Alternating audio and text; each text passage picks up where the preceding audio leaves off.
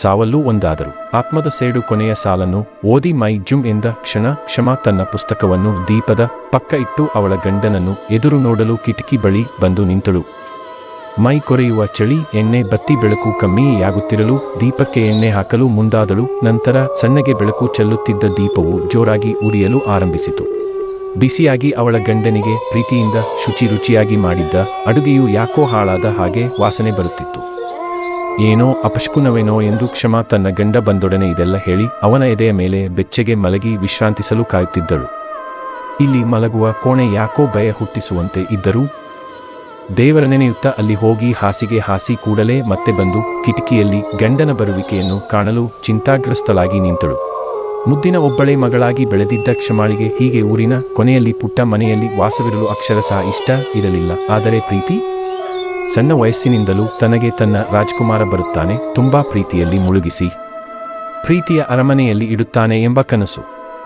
ತನ್ನ ಮದುವೆಯ ದಿನ ಗಂಡನಿಗೆ ದೊಡ್ಡ ಅರಮನೆ ಇಲ್ಲ, ತಾನಿದ್ದ ಮನೆಗಿಂತ ಪುಟ್ಟ ಗುಡಿಸಲಿನಲ್ಲಿ ಇರುವುದಾಗಿ ತಿಳಿದು ಬಂದಾಗ ಪತಿಯ ಪ್ರೀತಿ ಒಂದೇ ತನಗೆ ಸಾಕೆಂದು ಕಣ್ಮುಚ್ಚಿ ಕಣ್ಹನಿ ಒರೆಸಿ ರಾಣಿಯಂತೆ ಪತಿಯ ಮನೆಗೆ ಕಾಲಿಟ್ಟಳು. ತನ್ನ ತಂದೆ ತಾಯಿಯರನ್ನು ಬಿಟ್ಟು ಊರ ತುದಿಯಲ್ಲಿ ಇರುವುದು ಕಷ್ಟವಾದರೂ ಪ್ರೀತಿ ಒಂದೇ ಕ್ಷಮಾಳ ಪುಟ್ಟ ಮನಸ್ಸನ್ನು ಸಾಂತ್ವನಿಸಿತು. ಸಮಯ ಕಳೆದಂತೆಲ್ಲ ಮನದಲ್ಲಿ ಗಾಬರಿ, ಸುತ್ತ ಮನೆಗಳಲ್ಲಿ ದೀಪ ಆರಿ ಎಲ್ಲರೂ ನಿದ್ರಿಸುತ್ತಿದ್ದರು. ಕ್ಷಮಾಳ ಮನೆಯ ಸ್ವಲ್ಪ ದೂರದಲ್ಲಿ ಸ್ಮಶಾನ. ತನಗೆ ಆಗುತ್ತಿದ್ದ ಗಾಬರಿಗೆ ಮೂರ್ಛೆ ಹೋಗುವಂತೆ ಆಗಿ ಮೈ ಕಂಪಿಸಿತು. ಪತಿದೇವ ಇರುವಾಗ ಯಾವ ಭಯ? ಈಗಲ್ಲ ಅಂದ್ರೆ ಸ್ವಲ್ಪ ಸಮಯದಲ್ಲಿ ಬರುವನು.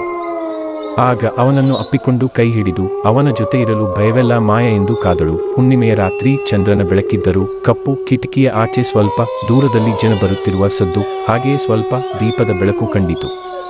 ನೋಡುತ್ತಿದ್ದಂತೆ ತನ್ನ ಪತಿಯ ಆಗಮನ, ಆದರೆ ಗಂಡನ ಜೊತೆ ಯಾರೋ ಮಾಂತ್ರಿಕನ ತರ ಇರುವ ವಯಸ್ಸಾದ ವ್ಯಕ್ತಿ.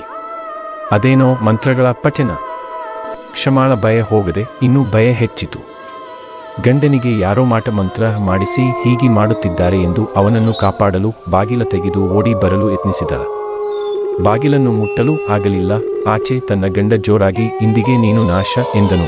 ಮಾಂತ್ರಿಕ ಮಂತ್ರಗಳ ಪಠನೆ ಜೋರಾಗಿ ಮಾಡುತ್ತಾ ನಿಂತನು. ಕ್ಷಮಾಳ ಕೈ ಕಟ್ಟಿದ ಹಾಗೆ ಕೆಳಗೆ ಬಿದ್ದು ಅಳತೊಡಗಿದಳು. ನನ್ನ ಬಿಟ್ಟು ಬಿಡು, ನನ್ನ ಗಂಡನೊಡನೆ ಇಲ್ಲೇ ಇರುವೆ, ಅವರನ್ನು ಅಗಲಿ ಇರಲಾರೆ.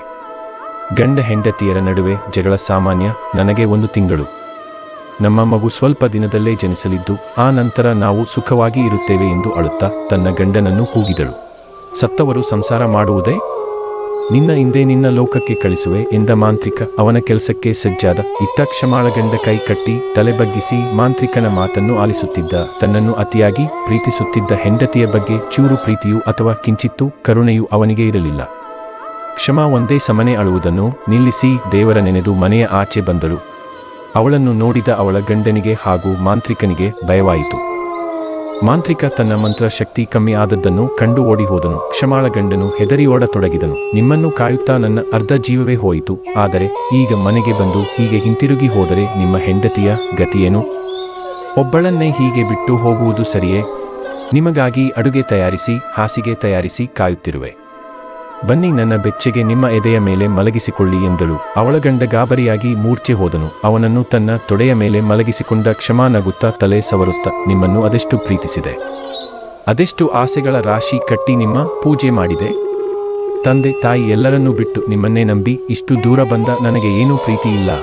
ನಿಮ್ಮ ಸುಳ್ಳುಗಳನ್ನು ಸಂಶಯದಿಂದ ನೋಡದೆ ನಡುರಾತ್ರಿ ನಾನು ನಿದ್ದೆ ಹೋದ ತಕ್ಷಣ ನೀವು ನನ್ನ ಬಿಟ್ಟು ಅವಳ ಮನೆ ಹೊಕ್ಕಿದ್ದು, ಅವಳ ಜೊತೆ ಪ್ರೇಮ ಪ್ರಸಂಗ ತಿಳಿದು ನಾನು ಅಂದೇ ಸತ್ತೆ. ತವರಿಂದ ಬರುತ್ತಾ ಆಕೆಯ ಗೆಜ್ಜೆ ಸದ್ದು ನಮ್ಮ ಮನೆಯಲ್ಲಿ ಕೇಳಿತು. ಅಂದು ತಿಳಿಯದಂತೆ ತಡವಾಗಿ ಬಂದೆ. ದಿನ ಕಳೆದಂತೆ ಸಾವಿರಾರು ಸುಳ್ಳು. ಅಂದು ಒಬ್ಬಳ ಸ್ನೇಹ ಬರುತ್ತಾ 100 ಆಯಿತು.